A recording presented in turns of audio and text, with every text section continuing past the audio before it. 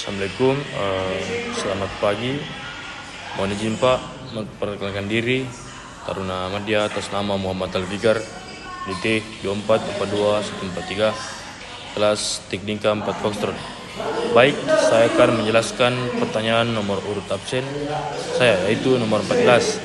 Apa yang dimaksud dengan budaya keselamatan di kapal? Yang pertama itu pengertian budaya keselamatan. Budaya keselamatan di kapal adalah kesadaran, sikap, dan perilaku seluruh awak kapal yang menempatkan keselamatan sebagai prioritas utama. Bukan sekedar mengikuti aturan, tetapi menjadi bagian dari mentalitas sehari-hari. Contoh, memakai alat pelindung diri atau APD, memeriksa peralatan sebelum berlayar, dan melaporkan kondisi berbahaya. Yang kedua itu, mengapa budaya keselamatan penting mencegah kecelakaan dan kerugian.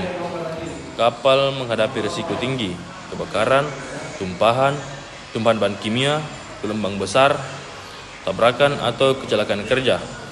Contohnya adalah seorang awak kapal mengabaikan prosedur memeriksa tangki bahan bakar sebelum berlayar. Akibatnya itu terjadi kebocoran kecil yang kemudian memicu kebakaran ringan. Jika prosedur keselamatan dilakukan, kebakaran ini bisa dicegah, melindungi nyawa dan kesehatan awak kapal.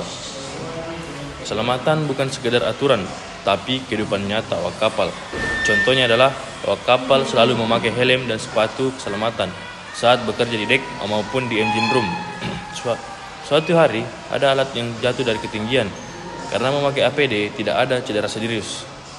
Menjaga kapal dan muatan kesalahan kecil bisa merusak kapal atau muatan. Contohnya itu awak kapal mengabaikan prosedur pengikatan muatan. Saat gelombang tinggi, muatan bergerak dan merusak kontainer lain. Dengan budaya keselamatan, muatan selalu dikencangkan dengan benar, meningkatkan efisiensi operasional kapal yang memiliki budaya keselamatan berjalan lebih teratur dan disiplin.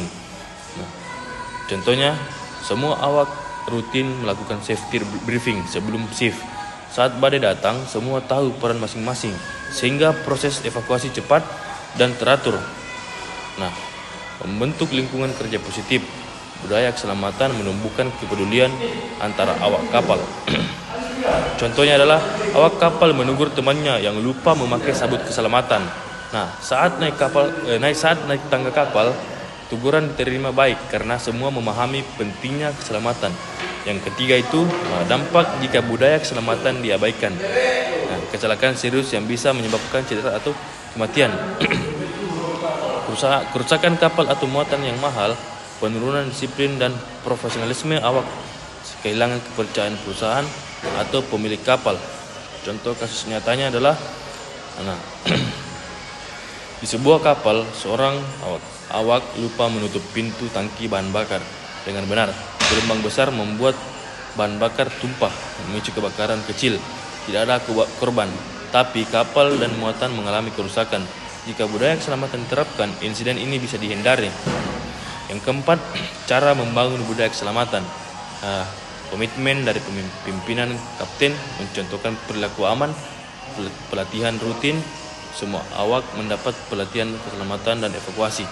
Pelaporan insiden near miss dilaporkan tanpa takut sanksi. Evaluasi dan perbaikan. Prosedur diperbarui berdasarkan pengalaman nyata. Kebiasaan sehari-hari, pakai APD, cek keselamatan, komunikasi risiko. Kelima itu kesimpulan budaya keselamatan bukan sekedar aturan, tapi gaya hidup di kapal.